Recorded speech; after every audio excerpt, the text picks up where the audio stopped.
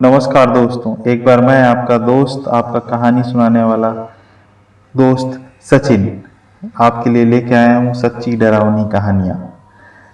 अभी ये चैनल हमारा नया नया है, इसलिए इस चैनल पे हम उन सभी कहानियों को अभी डाल रहे हैं जो हमारी पर्सनल या हमारी फैमिली में आप बीती हैं। तो इस चैनल की शुरुआत आपके मनोरंजन के लिए की गई है। आप इसको मनोरंजन की तरह से ही लीजिएगा, लेकिन कहीं ना कहीं ये सारी कहानियाँ सच्ची होती हैं, क्योंकि उन अदृश्य और नकारात्मक शक्तियों को ना हम देख सकते हैं ना आप देख सकते हैं। यह केवल महसूस करने वाली चीज़ें होती हैं, और इस कहानी के माध्यम से हम उन्हीं चीज़ों को आपको महसूस कराते हैं। तो कहानी की शुरुआत होती है हमारे गांव से। जैसा कि आपको पता है, मैं यूपी का रहने वाला हूँ। वहाँ पे हमारी फैमिली एक बड़ी फैमिली है। तो जो हमारा पुराना पुश्तैनी मकान है उसमें काफ़ी ज़्यादा लोग रह रहे थे, और धीरे धीरे सब लोग बड़े हो रहे थे, तो सभी को नौकरी करने के लिए, अपनी अपनी जॉब को संभालने के लिए अलग अलग जगह पे शिफ्ट होना पड़ा। उसी सिलसिले में हम अपनी पूरी फैमिली के साथ सुल्तानपुर शिफ्ट हो चुके थे। हमारे एक अंकल जी हैं, छोटे अंकल जिन्हें हम बोलते हैं छोटे चाचा जी, वो भी शहर से शिफ्ट होकर के, मतलब उस गांव से शिफ्ट होकर शहर में चले गए थे। हाँ, तो कहानी उन्हीं की है। हम लोग सुल्तानपुर में थे, वो लोग गोरखपुर शहर में थे। अब कहानी की शुरुआत ऐसे होती है कि अंकल जी एक बहुत ही बड़ी फार्मा कंपनी में काम करते थे एज ए सेल्स मैनेजर। तो शहर में उन्होंने एक बड़ा सा, मतलब पोर्शन रेंट पे ले लिया था, किराए पर। ये कहानी लगभग 1996 के करीब की है। यानी कि मैं लगभग उस समय बड़ा हो गया था, मुझे समझ जानकारी थी, इस वजह से मैं कहानी आपको सुना पा रहा हूँ। तो अंकल जी की नई नई शादी भी हुई थी, और अंकल जी की एक अच्छी जॉब मिली थी, तो उन्हें जो है शहर में शिफ्ट होना था। तो उन्होंने एक जगह पे, मैं लोकेशन का नाम इसमें कहीं भी लेने वाला नहीं हूँ, क्योंकि इससे काफ़ी ज़्यादा इम्पैक्ट पड़ सकता है। तो अंकल जी ने शहर के बीच में एक मोहल्ला था, वहाँ पे उन्होंने अपना एक बढ़िया सा घर किराए पे ले लिया था। घर का नक्शा मैं आपको बताऊं, घर का एक मेन दरवाज़ा था, मतलब एक कमरा था, उससे एक मेन दरवाज़ा अटैच होता था। बट उस कमरे के जस्ट बाजू से एक गैलरी सीधे निकल के अंदर जाती थी, और जो पूरे घर को कनेक्ट करती थी। जनरली वो हम लोग का निकलना जाना, अंकल जी का अंदर बाहर, घर के अंदर बाहर जाना उसी गैलरी के माध्यम से होता था। अंकल जी के परिवार में कौन कौन था, ये जानकारी देना आपको ज़्यादा जरूरी है। आंटी जी थी, उनका सबसे छोटा बच्चा था जो कि उस समय 1 साल का शायद नहीं हुआ था, और हमारे ताऊ जी का लड़का भी था। वो अंकल जी के साथ ही रहता था, क्योंकि उसको शहर में अच्छे स्कूल में पढ़ना था। तो वो भी लगभग 5th में या 4th में ही पढ़ रहा था, तो वो भी अंकल जी के साथ रहता था, और आंटी जी भी थी। सबसे अच्छी बात क्या थी कि अंकल जी किसी भी नकारात्मक शक्तियों पे विश्वास नहीं रखते थे, क्योंकि वो दिमाग से बहुत ही तेज थे, और साइंस में बिलीव करने वाले थे, पूजा पाठ को भी बहुत अच्छे से मानते थे। लेकिन यह घटना जब उनके साथ घटित हुई, उनके परिवार के साथ घटित हुई, तो उन्हें कहीं ना कहीं इन चीज़ों पे विश्वास करना पड़ा, जिससे उनके जीवन में काफ़ी एक तरह से हम समझें, उनका जीवन एक तरह से टर्न अराउंड हो गया। हुआ कुछ ऐसा था, अंकल जी ने उस मकान को किराए पे लिया, और जो ताऊ जी का लड़का था उसका नाम समीर, वो अंकल जी के साथ रह रहा था। अंकल जी का सबसे छोटा बच्चा, जो मतलब सबसे बड़ा ही था वो, लेकिन वो एज उस समय वो 1 साल का नहीं हुआ था, वही पहला बच्चा था, वो था। और आंटी जी थी। मकान में उन लोगों ने एंट्री ली, अच्छे से रहना शुरू किया। अब एक दिन की बात है कि अंकल आंटी सभी लोग घर में ही थे। उनके घर के पीछे जो किचन बना हुआ था, वहाँ से तेज से बर्तनों के गिरने की आवाज़ आई। एक साथ ऐसा लगा कि सारे बर्तन किसी ने गिरा दिए हों। सभी लोग भाग के अंदर गए, तो देखा कि वहाँ तो कुछ भी गिरा नहीं है, सब कुछ सही सलामत है। उन लोगों ने सोचा कि आजू बाजू के किसी के घर में से आवाज़ आई होगी, लेकिन मज़े की बात यह है कि आजू बाजू के घर में भी कोई नहीं रहता था। उनको ये बात पता नहीं थी कि घर के दोनों तरफ जो मकान उसमें कोई रहता नहीं है। उसके पीछे एक कारण था जो कि उन्हें आने वाले समय में पता होने वाला था। घर के अंदर जो बाथरूम बना हुआ था वो अटैच लैट्रिन के साथ था, बट उसका स्ट्रक्चर थोड़ा पुराने समय के जैसा था। जैसे कि पुराने समय में बाथरूम नहाने के लिए जो स्पेस होता है, हाथ पैर धुलने के लिए स्पेस होता है, उसके बगल में जो लैट्रिन जो सीट होती है वो सीट 2-3 सीढ़ियाँ चढ़ के ऊपर के साइड में थी। मकान चूंकि बड़ा था, कंस्ट्रक्शन पुराना था बस, तो वैसा ही बाथरूम था। तो पहली घटना उनके साथ हुई कि लगा उन्हें कि सारे बर्तन गिर गए हैं, लेकिन जाके देखने पर सारे बर्तन जैसे ही के तैसे रखे थे। ये पहली घटना। उन्होंने काफ़ी इस पे ध्यान नहीं दिया क्योंकि उनको मालूम ही नहीं था उनके आस पड़ोस में कोई रहता है। फिर ऐसे ही एक दिन घटना घटी। आंटी और ताऊ जी का लड़का यानी समीर और उनका छोटा बच्चा छत पे थे। उस समय गर्मियों के दिन थे, और जब आपको याद होगा गर्मियाँ हो जाती थी तो लाइट जब चले जाने पे सारे लोग छत पे जाके आराम करते थे क्योंकि वहाँ ठंडी हवा चलती थी। उस दिन अंकल काम पे बाहर गए हुए थे। आंटी, ताऊ जी का लड़का समीर और छोटा भाई, मतलब जो छोटा बच्चा था 1 साल से छोटा, वो तीनों लोग छत के ऊपर टहल रहे थे और लाइट नहीं थी। तो फिर उन्होंने दूर से देखा कि अंकल आ रहे हैं। समय करीब 9:30 बज रहे थे। तो सभी ने, किसी ने खाना नहीं खाया था, सभी अंकल का इंतज़ार कर रहे थे कि अंकल आम लेके आएंगे और साथ में आम के साथ खाना खाया जाएगा। तो समीर और आंटी सब लोग बाउंड्री पे खड़े थे। तब तक आंटी ने देखा कि अंकल आ रहे हैं अपनी स्कूटर से। उस समय स्कूटर वॉज वेरी कॉमन। तो वो आ रहे थे तो आंटी सोची लाओ मैं नीचे जा करके दरवाज़ा खोल देती हूँ। आंटी सीढ़ी से उतर करके उसी गैलरी में सीधे आगे बढ़ी। अच्छा, मैं एक चीज़ बताना भूल गया, उसी गैलरी में अंदर की साइड में बिजली का एक बोर्ड हुआ करता था। हाँ हाँ, वही बोर्ड जिसमें मीटर और फ्यूज़ कटआउट्स लगे होते हैं। आंटी गई सीढ़ी से उतर करके गैलरी के अंदर कि मैं दरवाज़ा खोल दूँ। अंधेरे में उनको पता ही नहीं चला कि कब उनका हाथ किसी ने पकड़ के उसी बोर्ड में डाल दिया, और भगवान जाने कहाँ से उस बोर्ड में लाइट आ चुकी थी। आंटी को इसका आभास ही नहीं हुआ कि कैसे किसी ने हाथ पकड़ के उनका हाथ उसी बोर्ड में लगा दिया हो। आंटी को बहुत तेज़ी से बिजली का झटका लग गया और आंटी उसमें ही उलझ के रह गई। और वो जैसे गिरी, अंकल पीछे से दरवाज़ा खटखटा रहे थे, नॉक कर रहे थे। आंटी बेहोश हो चुकी थी। अंकल ने तेज़ी से चिल्लाया समीर को। समीर भागकर आया नीचे और आंटी को जगाया पानी डाल करके। फिर आंटी उठी, तब तक लाइट आ चुकी थी। आंटी ने दरवाज़ा किसी तरह से खोला। चूँकि समीर उस समय काफ़ी छोटा था, वो दरवाजे की कुंडी तक पहुंच नहीं पा रहा था। दरवाज़ा खुला और फिर आंटी ने बताया कि मुझे ऐसा लगा कि कोई मेरा हाथ पकड़ के उस बोर्ड में डाल दिया। तो अंकल जी ने उनका मजाक उड़ाते हुए बोला कि ऐसे कैसे कोई हाथ डाल देगा, तुम्हारा हाथ अपने आप ही उसमें चला गया होगा, तुम भूल गई होगी। आंटी ने बोला नहीं, मुझे ऐसा लगा किसी ने मेरा हाथ उठा करके उस बिजली के बोर्ड में डाल दिया हो। आई गई बात हो गई और अंकल ने आंटी का काफ़ी मजाक उड़ाया था।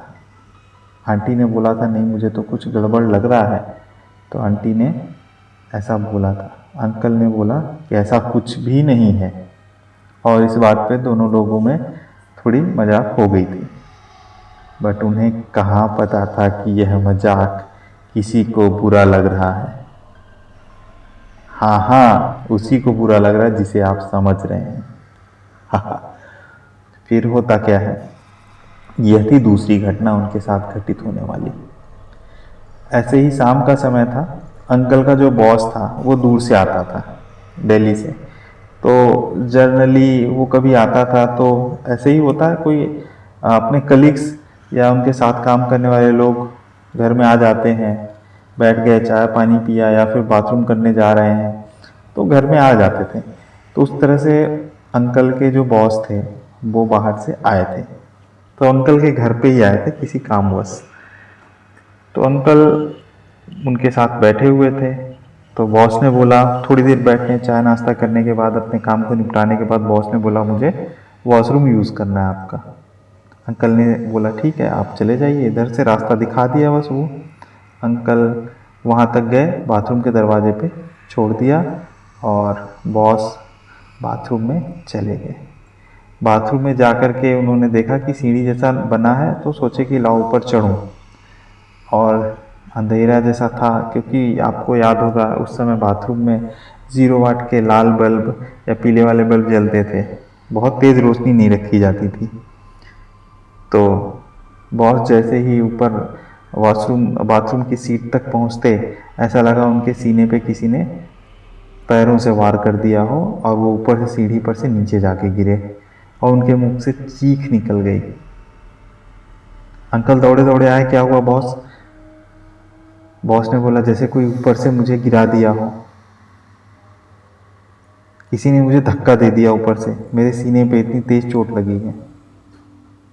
अंकल हंसने लगे, अरे बॉस आप सीढ़ी पर से फिसल के गिर गए होंगे, थोड़ा सा पानी का रहता है यहाँ पे। लेकिन बॉस ने बोला नहीं, बॉस तो अंकल से भी चालाक था। उसने बोला नहीं, अगर किसी ने ढकेला होता तो मुझे सीने पे चोट क्यों लगती, मुझे पहले सीने पे चोट लगी फिर मैं गिरा हूँ। अंकल हंसने लगे, नहीं बॉस ऐसा कुछ नहीं होगा, रुकिए मैं खड़ा होता हूँ। बॉस ने बोला नहीं नहीं नहीं, आप जाओ मैं वॉशरूम यूज़ कर लूँगा। फिर भी ना चाहते हुए भी अंकल टार्च वहाँ पे दिखाते रहे और बॉस ने वॉशरूम यूज़ किया फिर बाहर निकल गए। यह थी उनके साथ होने वाली तीसरी घटना। चौथी और खौफनाक घटना होने वाली थी क्योंकि अंकल ने उसका मजाक बनाया था। हुआ कुछ ऐसा कि अंकल सुबह जल्दी उठ गए क्योंकि उन्हें किसी दूसरे शहर में काम करने जाना था।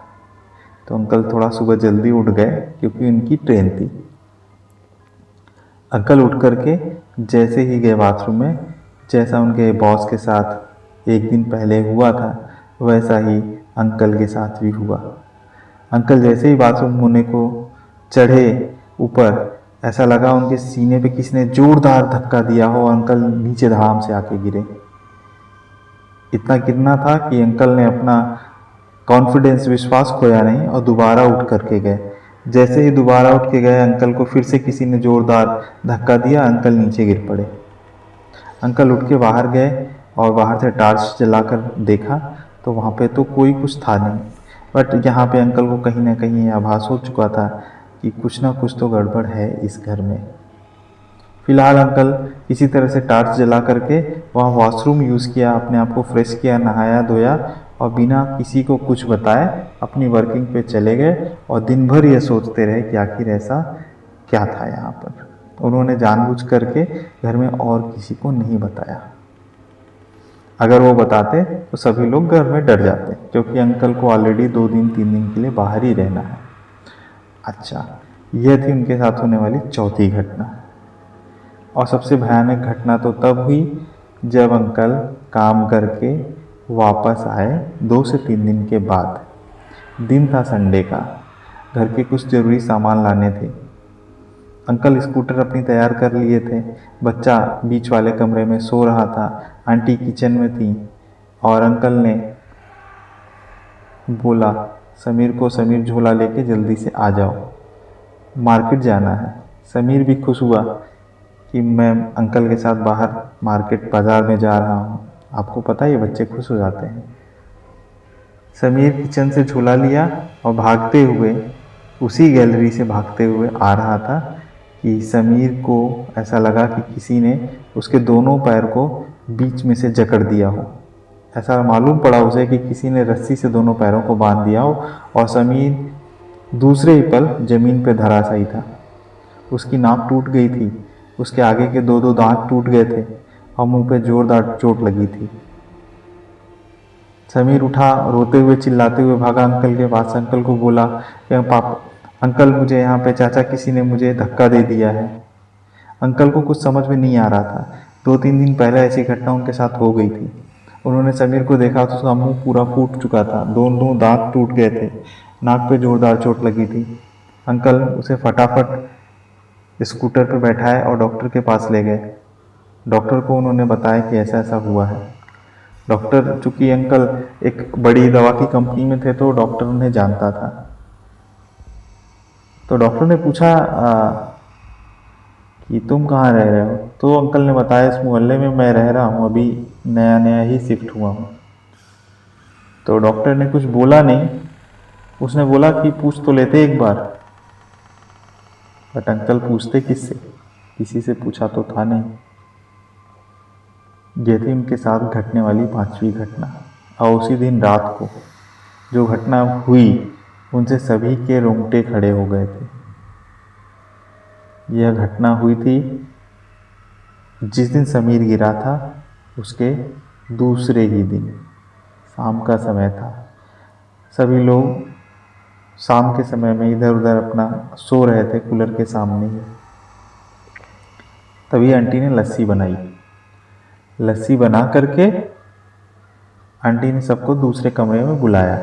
हालांकि बच्चा जो बहुत छोटा था वो कूलर में सोता रहा और समीर, अंकल, ये लोग दूसरे कमरे में लस्सी पीने के लिए चले गए। फिर क्या था, थोड़ी देर बाद बच्चे के रोने की आवाज़ आई। तो ऐसा लगा कि बच्चा रो रहा है बहुत तेज़ी से चीख करके। तो आंटी दौड़ते हुए बच्चे को देखने के लिए, बच्चे को संभालने के लिए उस कूलर वाले रूम में गई। पर जब वहाँ वो गई तो खुद भी चिल्लाने लगी क्योंकि बच्चा हवा में 2 मीटर ऊपर उठा हुआ था।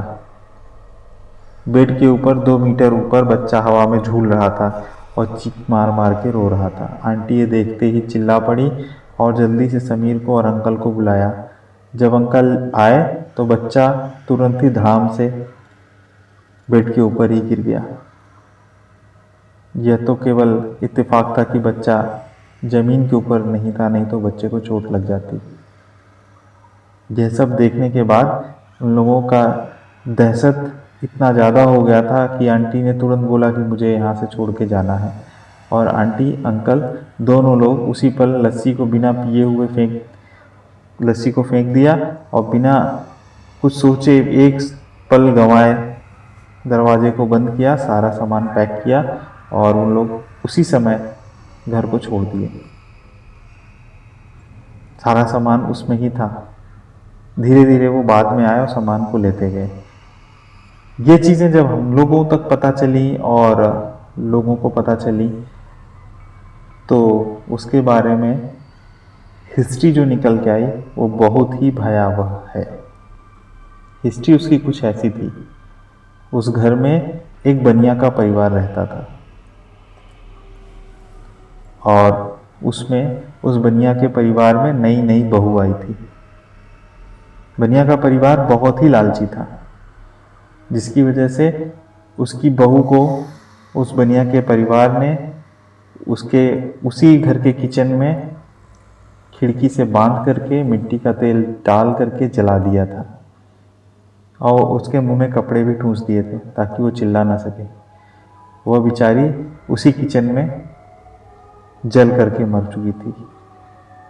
फिर क्या था, धीरे धीरे ये बात फैलती गई और लोगों को पता चल गया कि बनिया के परिवार ने इसको मारा है। पुलिस ने उसके बनिया के ऊपर कार्रवाई की, पर बनिया के पास तो पैसा था। उसने अपना काफ़ी पैसा पुलिस को दिया और अपना वहाँ से वो जमानत लेके छूट चुका था। रही बात उस बहू की, तो वह बहू अभी भी वहाँ पे राज्य करती है क्योंकि घर उसका ही था और उस घर के दोनों तरफ के जो रहने वाले लोग थे उस बहू को हमेशा आभास कर पा रहे थे क्योंकि बनिया तो वहाँ से छोड़ के जा चुका था, लेकिन बहू अभी भी उसी घर में रह रही थी।